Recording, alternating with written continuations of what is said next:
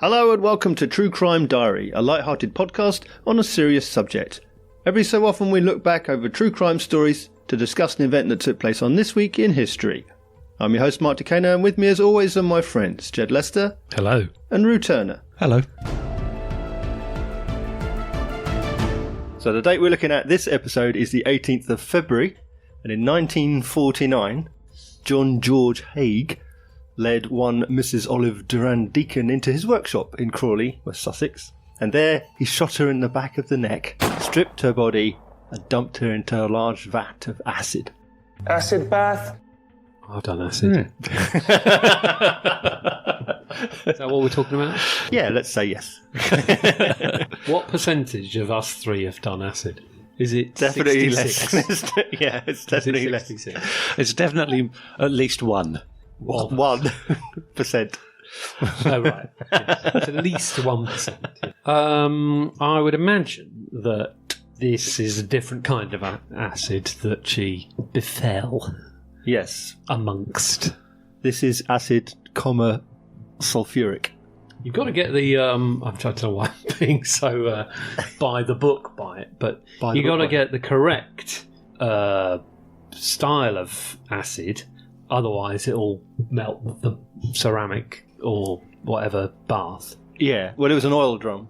Oh, It was even she so, bathed in acid, but it was an oil drum. it has So it would to have be been a steel. specific kind. It can't be Lemon juice. the one that corrodes everything, basically. Yeah. Otherwise, it'll just all fall apart, obviously. But I don't know what the special kind is. But more than domestos, less than sulfuric. This is sulfuric. Less than it is alien molecular acid. Yeah, oh, less yeah. than Yes, less that's than it, yeah. Yeah, don't put it in that. More than domestos, less than xenomorph. Yeah, exactly. Yeah. Yeah, quite right. So sulfuric is the Is the happy medium. it's the Goldilocks zone. Okay, fine. Yeah. I have the secret to the formula which can completely destroy all matter.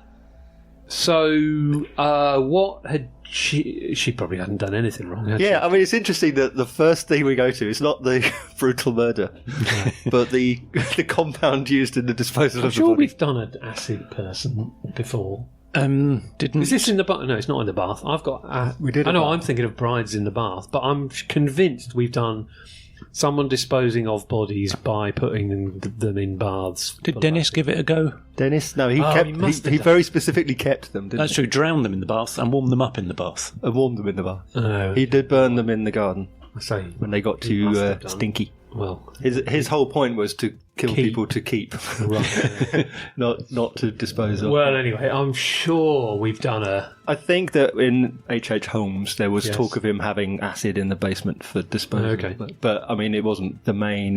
killing Yeah. style. Wasn't the central tenet of his notoriety. Who was she to him? Probably nothing, was it? What? No, well, she was a neighbour of his. Yeah. She was his final victim, I should say, not his only victim. He had retired, inverted commas, From killing? no, from From his job? from bothering to do anything other than kill people. Oh, he had... Right, okay. So he's retiring from that lifestyle, to just as killing opposed people. to retiring from being a cobbler or whatever. Yeah, well, he was living in a hotel, so he had made himself wealthy enough to spend his days living in a hotel room Wow. rather than. He didn't do all this in a hotel, did he? He didn't do it in the hotel, no. Not stupid, you know. So he was living in a hotel, and Mrs. Durand Deacon was a widow who was also wealthy enough to be living in a hotel. And that is why he wanted to get to know her enough to invite her, because he was killing for profit and she was rich. Living in a hotel wasn't so uncommon during the 20s and 30s. No, but when not it was if a you lot were- cheaper. And this is sort of mid-40s now, isn't it? Yes. But I mean, it was. You'd have to be well off enough to be able to afford Yeah. constantly tipping people and ordering Yeah. room services and things like Yeah, this. yeah. With all of these things, charges add up, as opposed to owning a house. Well, they would have cost 500 quid a house. A house in London would have cost a few £1,000s. Yeah. But yeah, So in I'm sure we've had this conversation. In 1971, my parents' house, which was 3-bedroom Victorian, was £6,000 in the early 70s. So it just would have been, well, I mean, the cost of living was just obviously completely different. Would you earn? I don't know. It was probably less than the price of a house. Otherwise, everyone would have had houses. Well, yeah, if you were buying a house for £5,000, annual salary was probably about... 2? No, way less than that. Less? Yeah, Really? you would have been earning about £800 a year. My parents bought my house where I currently live. They bought it in, I think, 58, 59? 58, wow. Something like that. And it cost them £5,000. Oh, did it?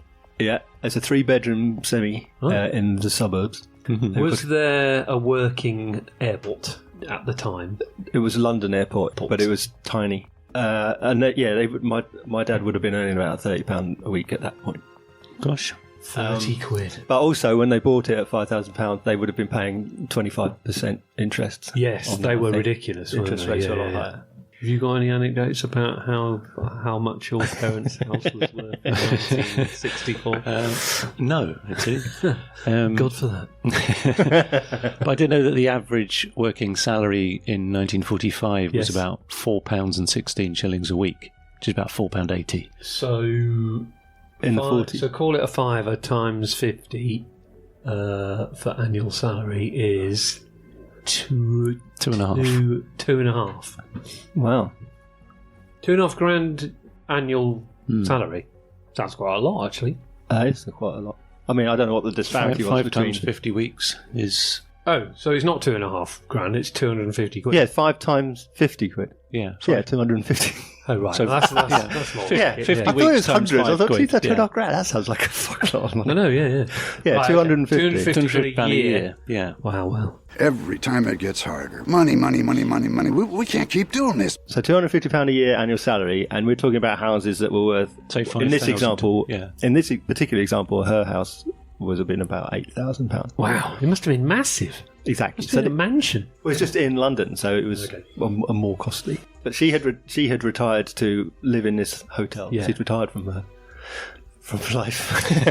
and she was living in this hotel. So they were neighbours, and he was interested in her because her money, of course, would help to finance his lifestyle because he didn't have money to be living in a hotel. Do you like the life you've had? You like hanging out with the boys, living in hotels? Obviously, I haven't paid off my mortgage, so I need to start targeting my neighbours to give me a hand. Yeah, finance. I mean, And all of their other limbs. give me a hand financially after I've bludgeoned all of them. It's a cunning plan, actually. So John Haigh, then, our killer, showed early signs of being a wrong'un. He was fired for stealing when he was 21, and when he lost his job, he decided instead to start forging documents. So that's where he learned how to forge, and his forgery skills then went on to serve him well when he was forging people's signatures on transfers of property deals. He was also into fraud early as well, wasn't he? Because he was selling fake shares in companies to raise money for a bit of an early Bernie Madoff. Yeah. No Ponzi though. I don't think he was paying out from these funds. He was just selling the shares and then disappearing. So was the forging signatures... the owners didn't know anything about it. He was just like transferring houses into his name or something. It didn't matter whether they knew about it because he killed them. Oh, sorry. Key? Yeah, what are you... I didn't... Give me... I don't remember...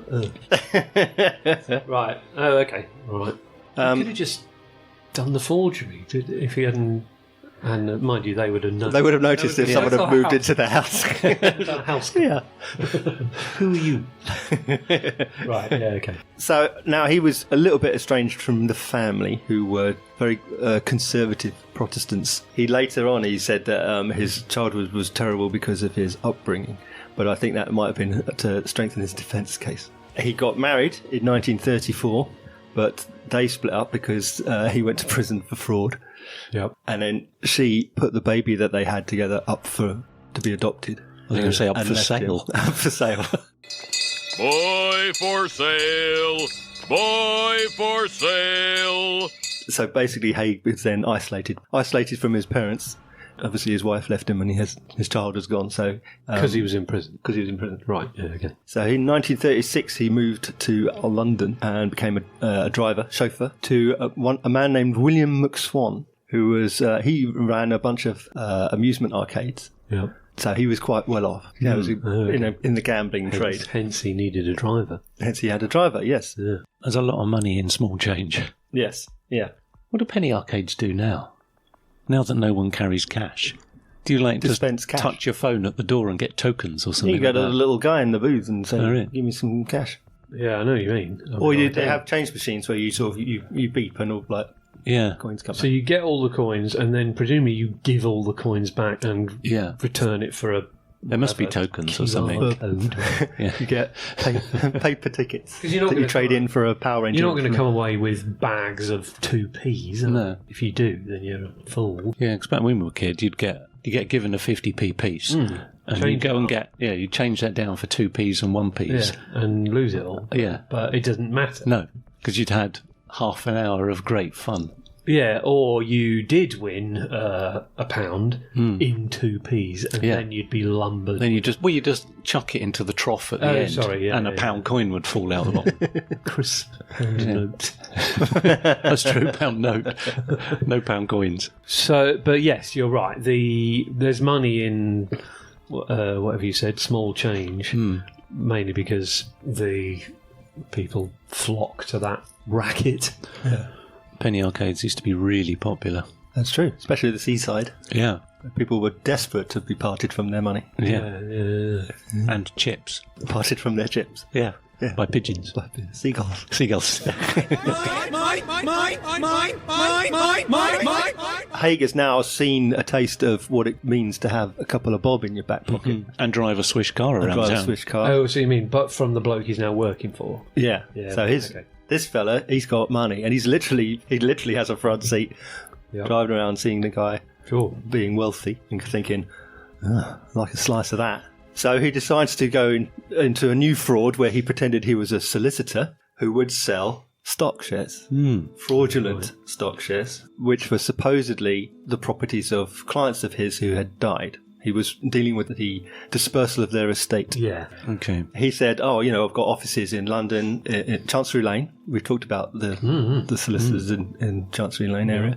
And in Guildford, in Surrey, and in Hastings, in Sussex. He said, You've got all those I've got all these offices. But somebody noticed that he'd spelt Guildford wrong on his letter. Oh, classic. And he's like, oh, what the... Yes, bad mistake. And he went to prison again for 4 years. For spelling. For spelling. Yeah, I know how they feel. 4 years, another 4 years. 4 more years for fraud. Oh, God. I'll go and come back in about 4 years. So he got out just before the war kicked off in 1939, but he spent subsequent years in and out of prison for more frauds. And then he come up with a great idea. Yep. Get rid of all the witnesses. Get rid of the people. Instead of having people, leaving Yes. people around to point out that I'd committed a crime. He did. It was him, Get rid. officer. Yeah. Yeah, right, yeah. Get rid. The perfect crime. Now, supposedly he It's quite was... drastic, but all right, fine. If that's your... If he continues to keep going back to that way of life... Well, he's got a limited set of skills. And so I think everybody does this. You have a set of skills which you feel comfortable applying to the world around you, Yeah. and you apply them in a way that benefits you. A very particular set of skills. It just so happens that his skills were faking things and hiding. Yeah. Yeah. Now, supposedly he was inspired by a killer in France named Georges Alexandre Sarret, who had killed some people and disposed of their bodies with sulfuric acid. Oh, right. And he went, there's a good do idea. Interestingly, he wasn't inspired by the fact that this man was caught and executed. He didn't pick up on that bit of it. You can't get away with murder. Yeah, sure. When you see the bit of a story that appeals to us. Yeah. I think he got hung up on this idea. There's an idea in English law called corpus delicti, which is one of these things. We have all these legal terms, Latin legal terms, like like habeas corpus, for example. Yeah, okay. Yeah. Which is you've got the right of habeas corpus, which means you have the right to appear before a judge and determine whether your incarceration is legal. So people can't imprison you without proving that you should be imprisoned. Yeah. For example, and corpus delicti is the right to be confronted by the evidence. Now, it's usually referred to as the body of evidence. Show me the evidence. Exactly. He would say. Yeah. So they have the right of corpus delicti, which means if you're going to prosecute me, you need to show me the body of evidence. You're accusing me of... Where's the beef? Where's the beef? Exactly. Of course, it's often confused, particularly at that time, but it's often been confused with the idea of you actually have to have a body, as in a human body. Okay, yeah. A dead body. But that's never been the case. That it's never been required to have a dead body to prove murder. Okay. It's a very, very good piece of evidence to prove there's been a murder. Yeah. And he took that They're definitely dead. He took it very... Literally. Yeah, and by the book to go, if I get rid of... If I get rid of the body, that's all the evidence. As opposed to the intent of the law. Yeah.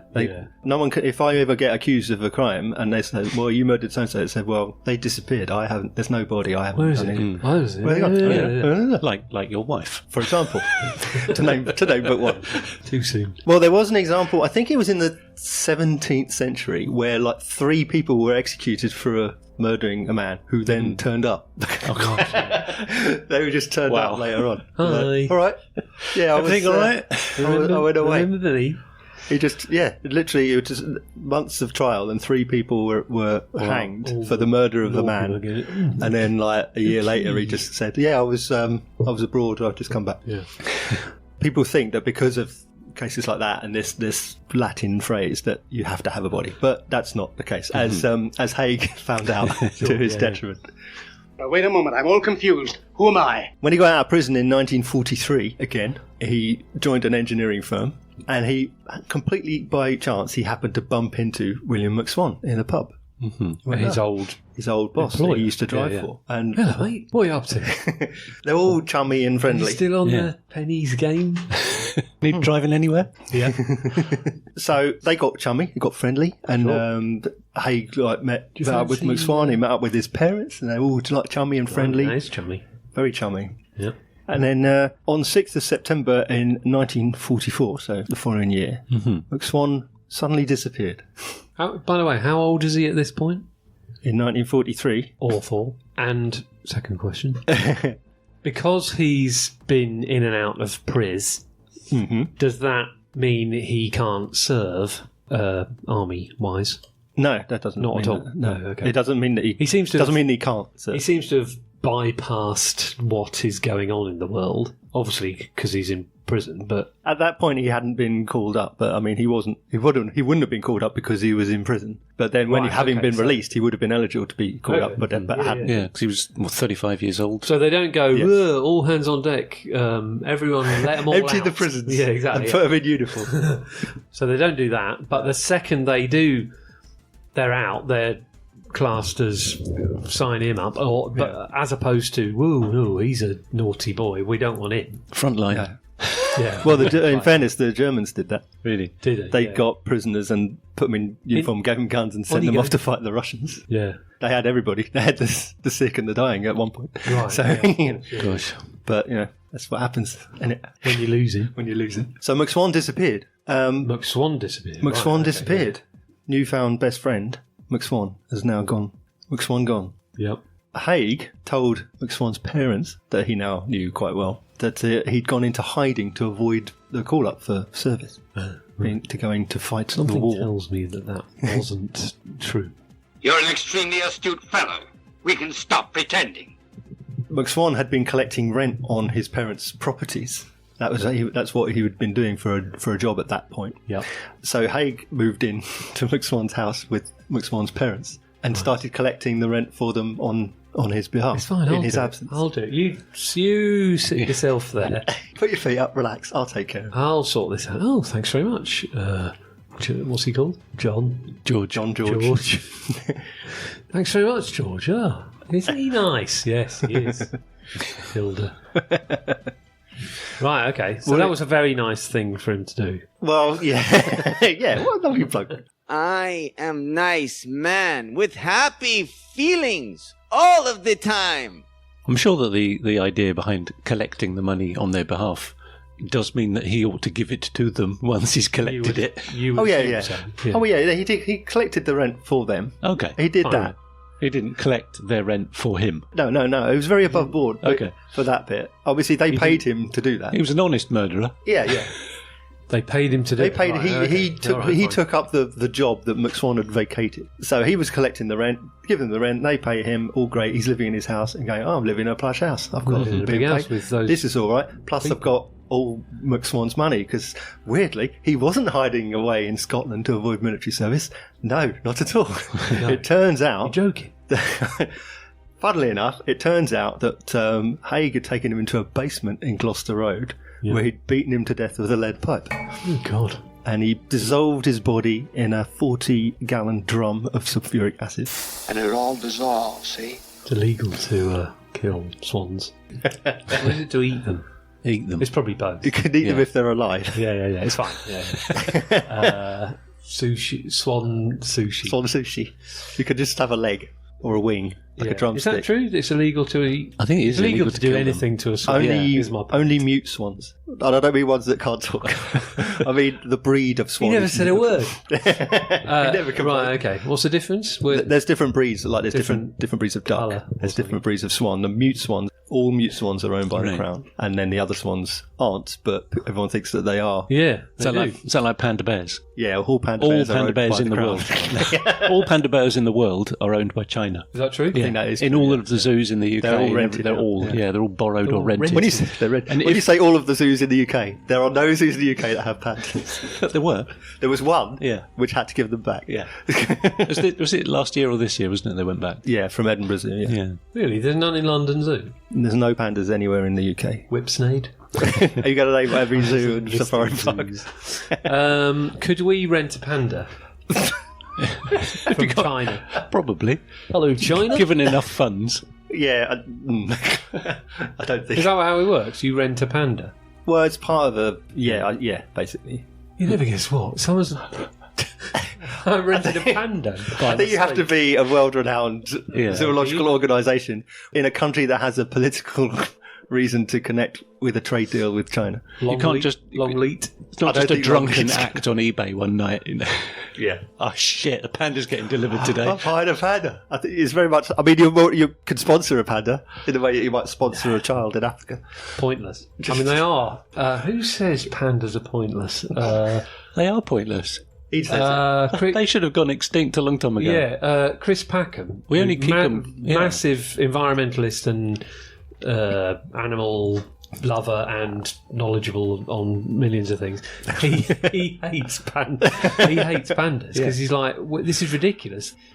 I've been taking it easy on you, panda, but no more. Human intervention has kept them going. Yeah. They should have just died out because they are useless at A, reproduction, and B, just not diversifying what they eat.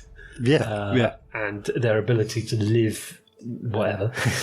And he's like, he said something like the world or World Wildlife Fund or something spend tens of millions of dollars on, I don't know, 14 pandas or whatever, and that if you're lucky, every 5 years you might get one baby panda. Yeah, and he's like, oh, forget them. Just re-divert the. But they're so cute. Black and white. No, they look cute in pictures and cartoons, but in reality, they're not cute. Well, they are. The anthropomorphic levels are off the scale. Yeah. In the sense it's that way if they out had of proportion. No hair and teeth going sideways, we'd be. If they were just brown or black, they would not. Be like, there's a bear. Get away. Get the gun out. But because they're black and white and they sit and they look like they've got lumps. big eyes, and they look cuddly, and they fall over a lot. Yes, exactly. They're clumsy and stupid. They eat leaves. They just chew the cud or whatever. Then we're like, But the no-skinned, no-eyed mole with teeth sticking out all over the place, we're like, whatever. Or even bees and insects. We don't look after them. We've lost, 70 to 90% of all insects in the UK in the last 30, 40 years. Yeah. We've spent nothing on keeping them. We spend millions of pounds on getting rid of insects. Well, I bought some quite posh honey yesterday. Manuka? Matters? Was it local? Manuka. Yeah. Oh, so not local honey then. It's, that probably helped their plight, wouldn't it? No. The flight of a bee. Send it back. Why are we talking about that? Oh, so you can't. We can't. Can we rent a panda? No. Short answer is no. Yeah. So he's dead. He's dead. Why did he do that? He was nice to him. Yeah. Well, for his money and the moving in to his house, and Suppose so, but well, anyway, I haven't got the mind of a. he killed him for Killer. the valuables in his pockets and the opportunity to move into his parents' house. He just had to come up with a cunning ruse. Yeah, He's gone to. Where did he say he'd gone? he said he'd gone to Scotland He's gone to Scotland. to see pandas To hide from And swans. subscription. and swans and hide out. Yeah. Oh, because he was escaping the tax or something. National Conscription, service. yeah. Oh, sorry. Yeah. Don't you know there's a war on? Well, the thing about the war being on, Oh yeah. it came to an end, Yes, it did. and didn't it? weirdly, McSwan didn't return from Scotland. He vanished into skinny air, disappeared even. And his parents Well, he got himself settled by then. tapping their watches. Standing by the door. Where's, so this is Where is he? after whatever it is, mid 44, 45. Yeah. They're like, hang on, is he still? And he didn't. And he didn't come back. So Haigh had to come up with an idea, and he said, "Oh, he's come back from Scotland for a surprise visit. Ooh. He's in this place in Gloucester Road, I know. Come down to the basement." Right. Oh, gosh. I see what you mean. Yeah, yeah. I suppose if you're of that ilk, the way you think, then that's probably the only way out of explaining. You've already killed somebody. What, down this steep, dark stairway? Yep, just down there. He's A little bit waiting in the further. dark. It's a surprise party. The lights are off. Yeah, it sounds like Rasputin now. It does, yeah. I was thinking that. Yeah. Come down in the basement. Right, you've got a whole house. Yeah, we're in the basement. There's no light. Don't worry about it. It's fine. Stand in this oil drum. It smells a bit. Again. Always with the negative. Yeah. Don't you want to be at this party? He'll be here any minute. Yeah. Oh dear. Right. So he did them over. You did him in. Did he with do it with the same pipe? Yes, blows to the head. Oh, hang on. How do you do? Wait there. Just gonna do. How do you do that? Way outside. All right, come Wait in. outside. Yeah. I just need to speak to her in private. I just need a word. Oh. You can come in now. Come in. Come in. Mildred. Oh, ding. Okay. Very much so. So into the drums. It must they have been go. like that. Yeah. Yeah. Because you can't do both of you. So why have you brought us here? Because of this. Into the drums they go, right. Into the drums they go. An acid bath that could eat them clean to the bone. That's possibly why later on he decided to start shooting them instead of bludgeoning them. Yeah. Well, he started shooting them because he happened upon a gun. Ah. Okay. Haigh had found out that it took about 2 days to dissolve a body. Really? Right. For the most. To what? Nothing? Into a mostly dissolved sludge. Oh, right. Would So the bones be left? Wouldn't have thought so. Not so much odds and sods. So the bones would have mostly dissolved, but there will be like internal, if they've had any work done on bones, for example, if you had like a fake hip, that wouldn't. Or a screw plate, or Yeah. Would they have had that at that time? A fake hip? Well, I mean, rudimentary, yeah. Okay. False teeth. Yeah. False eye. False eye. I suppose you'd have to strip them naked first as well, otherwise you wouldn't want to waste acid on clothes and... Don't know, really. Yeah, well, you could sell the clothes. Yeah, or burn them. If they're rich people, you'd have... Well, true. You might be able to sell them. Yeah. So Haigh has now killed McSwan and McSwan's parents. Yeah. Which means that they don't need the house anymore, so he sells the house. Having presumably forged that it's his. Well, he would have forged all the documents to sell it, and the other properties that they had rent on, he sold them, got about £8,000. Wow. So you're looking at in the region of £400,000 in today's money. Wow. A pretty penny, Yeah, yeah. but of course, it's never enough, is it?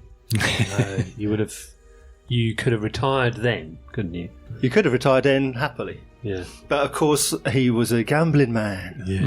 which means that money don't hang around that long. So a couple of years have gone by, and he's thinking, "I've spent it.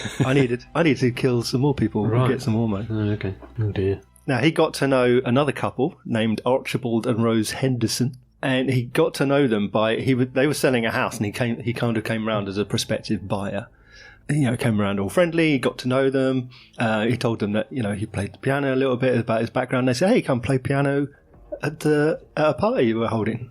Ooh. So he did. He went round, and while he was there, he looked around for things to nick. Yep. And that's where he stole a piano. Not a piano. He stole a revolver. Oh God! Belonging to Mr. Henderson. Why did they have that on show? I imagine he was rifling through drawers and cupboards and literally. Very much so. So while getting to know the Hendersons, he rents a workshop in Crawley in West Sussex, number 2 Leopold Road, and he takes all the drums and the acid and everything from Gloucester Road down to Crawley, and he stores it in this workshop. So now he's moved from a basement in Gloucester Road to a specifically purposely furnished murder hut that he set up. Yeah. A murder hut. All the best of it. Dennis had one. You know what I'm talking about? A murder hut. Yeah. And it was to there that he took Archibald Henderson, basically saying, "I've come up with an invention. Come down to my workshop and let me show you. It's a prospective investment opportunity." And as soon as they got inside, Haigh shot Henderson with his own gun. Oh, dear. Wow. He then contacted Rose, Henderson's wife, and said, "Oh, your husband's here and he's fallen ill. Come and help." And she came down to the workshop and he shot her too. Oh, right, yeah. I mean, that's how you do it you divide them up. Divide and conquer.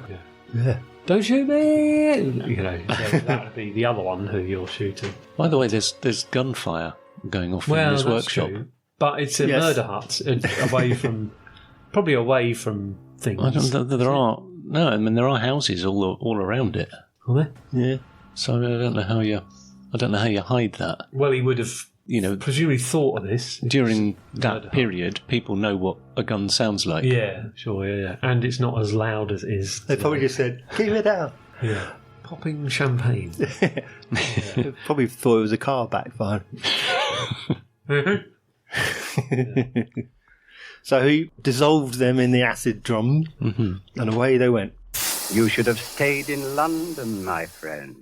And then forged their signatures, sold their property and possessions, coincidentally another £8,000. But he didn't sell their car, which he decided he would drive, and he didn't sell their dog, which he decided he would have as a pet. Not make more sludge with. He didn't sludge their dog. The dog really had got nothing to nick or offer other than companionship. Oh, he's lonely. Yeah. Everyone gets to know he kills them. It's odd that he kept the car. I don't know, I just thought he'd want to clean up, tidy things up. But keeping the car is... Well, what? Did they give it to you? Did you buy it from them? How do you... Yeah, you don't really want to be in possession of something that's gone missing. Yeah. Me explain. This my vehicle. And then victim number 6 was where our story opened with Mrs. Durand Deacon, the wealthy widow and his neighbour at Onslow Court in Kensington, where he had moved. After this. Yes. The recent sesh. He's staying, so they're both staying at the hotel. So he has killed her, but the difference is that a friend of hers, named Constance Lane, reported her missing. Vanished, just like that, poof. Well, that's the point. What about all the other McSwans and Hendersons? Nobody went, they've gone. Well, so it would Cheers, seem. bye. So it would seem. There's nobody reported then. Yeah, when people with money disappear, all the people around them go, "Oh, where's all the money gone?" Yeah, where's the money? Absolutely. Where's all the money gone? Yeah, exactly. Well, I mean, in this instance, it was easy for them to connect Durand Deacon to Haigh as a neighbour of hers, who'd obviously spent time getting to know her. They'd been to the party. They were mates. They were becoming mates. Yes. But obviously the detectives on the case worked out that Haigh had this record of being in and out of prison for fraud and theft and what have you. Interesting? Suspicious, huh? They found out about his workshop in Crawley, went down there. They found a dry cleaning receipt for Durand Deacon's expensive fur coat. Oh, right. They found some... Thus connecting them more so, yeah. Why has he got a receipt for her fur coat? Oh, this is him dry cleaning it to probably sell it. To sell it. Yeah, right. They found papers in this attaché case that referred to the Hendersons and the McSwans, because obviously he'd been dealing with their properties. Yes, yeah. So it's all coming together. They investigated the land that the workshop was on. You investigate the land. I've done nothing. Said the land. Me, sir. Yes. Nice pile of bricks you got here. And in the course of their investigation, they uncovered 28 pounds of human body fat. Oh, God. That's about 13 kilograms. That didn't dissolve. Didn't dissolve.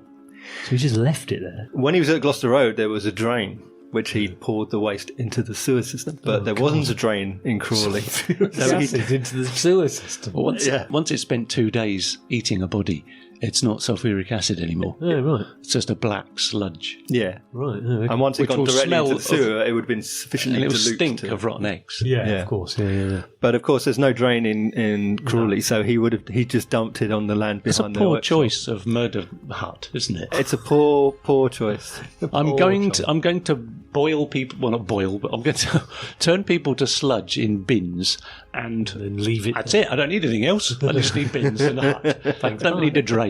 Yeah. And then he was getting, oh no, I need a drain. Oh. Yeah. Nobody could prove anything. I'll just dump it on this rubble at the back. Just pour it out. But 13 kilos of it. Wow. What? That's nearly a leg full. Yeah, it's a leg of fat, isn't it? A leg of fat. Yeah. But they also found other bits and pieces like gallstones, and they found part of some dentures. And these, they managed to be identified by Mrs. Duran Deacon's dentist. Yeah, the gallstone was the size of a cherry.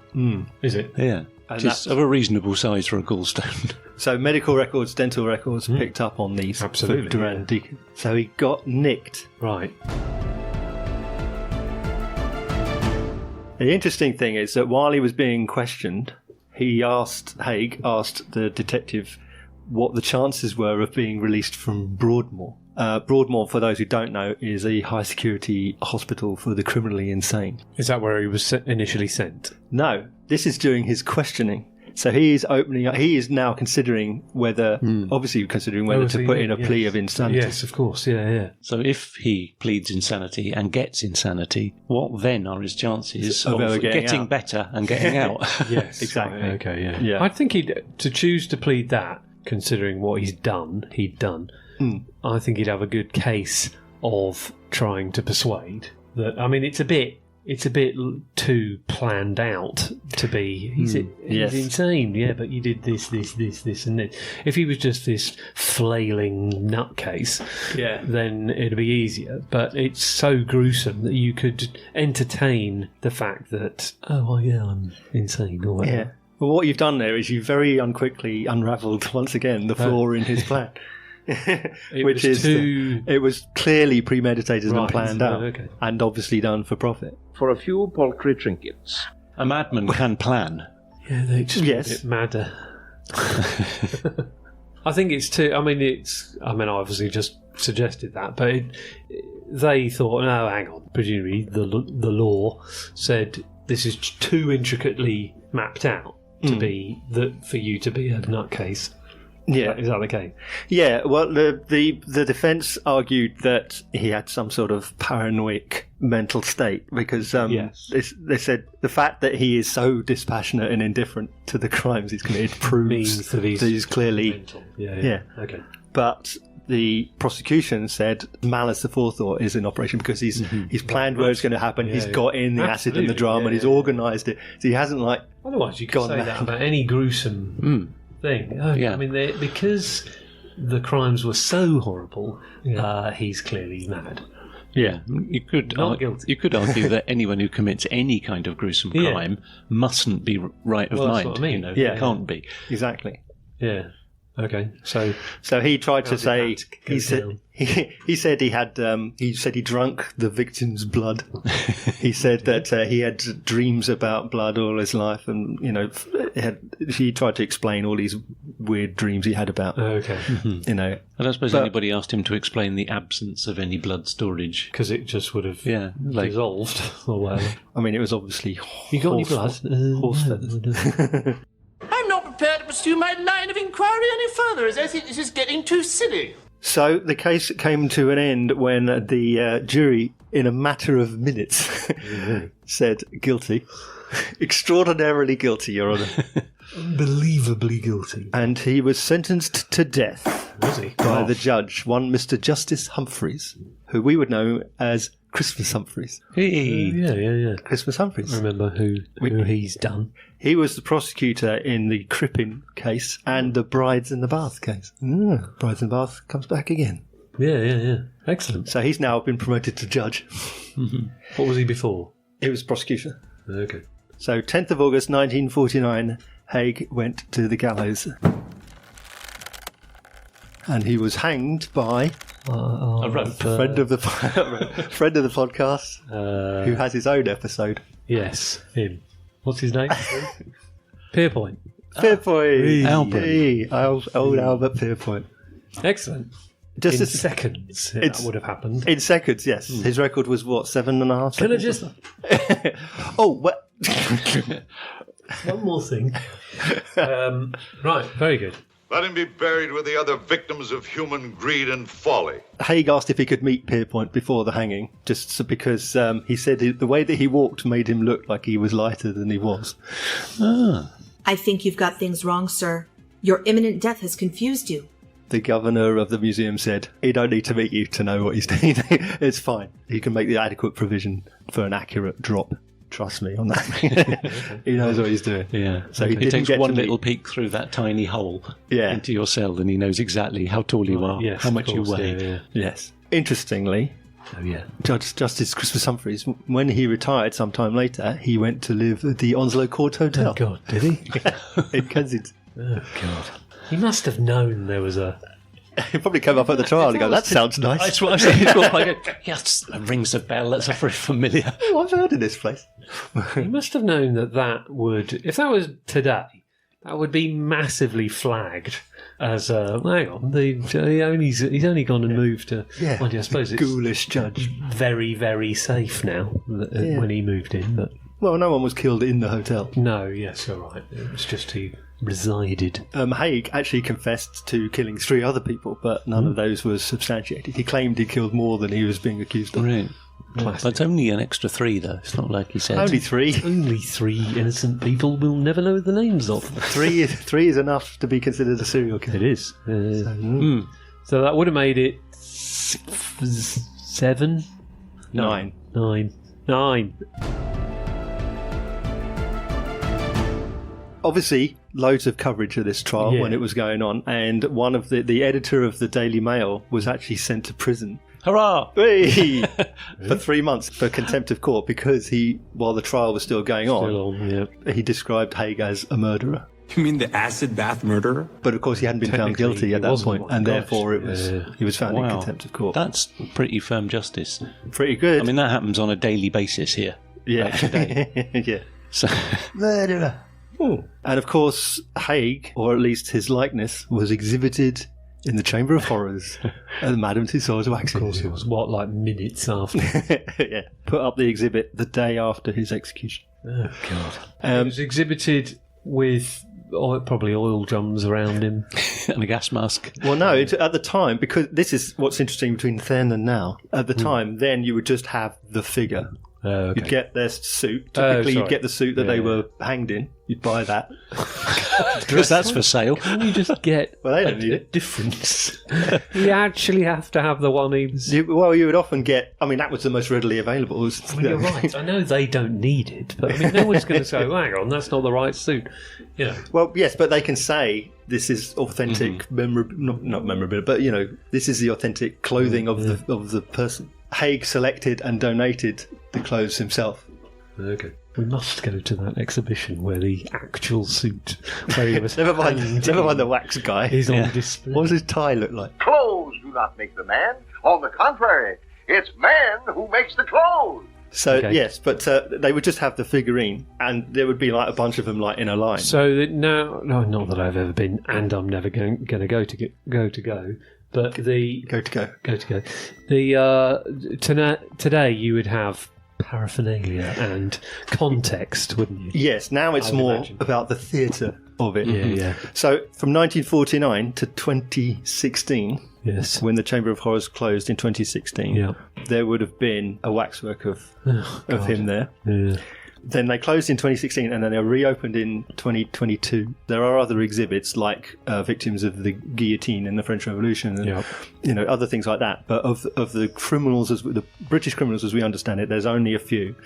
There is like a small jail area. Obviously, they set it up like theatre, and there's Ruth Ellis is in there. Yeah, really? A couple of people like that. There's a replica of the Blind Beggar pub, which exists. You can just go to the Blind Beggar pub. Yes, you can. But where the Crays went to kill George Cornell. Yep. So you can go in and see waxworks of the Crays, and there's a little thing there. And then by far the largest section of it is devoted to Haigh and the acid birth. Wow. Yeah. Even now? Yeah. People are just not... Well, from about the...